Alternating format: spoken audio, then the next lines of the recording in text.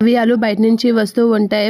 రోహిణి అయితే ఇలా అంటూ ఉంటుంది. మనోజ్ అని అనేసరికి ఏమైంది వదిన, అన్నయ్య బయటకు వెళ్ళాడా అని అంటూ ఉంటాడు.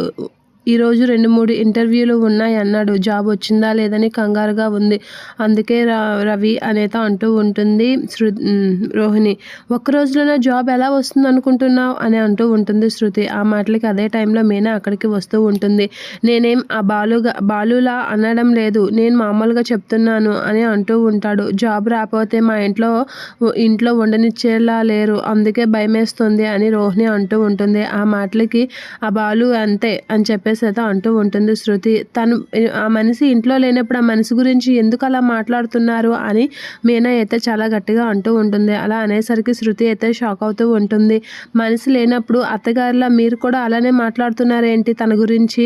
ఏదైనా మాట్లాడాలని అనుకుంటే తన ముఖం మీద మాట్లాడండి. నా భర్త ఏమైనా భార్యని మోసం చేశాడా, తండ్రిని మోసం చేశాడా అని చెప్పేసి అయితే అంటూ ఉంటుంది. అలా అనేసరికి రోహిణి అయితే షాక్ అయ్యి అలా చూస్తూ ఉండిపోతూ ఉంటుంది. శృతి కూడా షాక్ అయ్యి అలా చూస్తూ ఉండిపోతూ ఉంటుంది. నా భర్త ఎవరిని మోసం చేయలేదు, తను గట్టిగా మాట్లాడతాడు. భార్యని తండ్రిని మోసం చేసిన వాళ్ళలా మాట్లాడుతున్నారేంటి అని చెప్పేసి శృతి రోహిణి వాళ్ళ మీదకైతే మీనా విరుచుకు పడుతూ ఉంటుంది.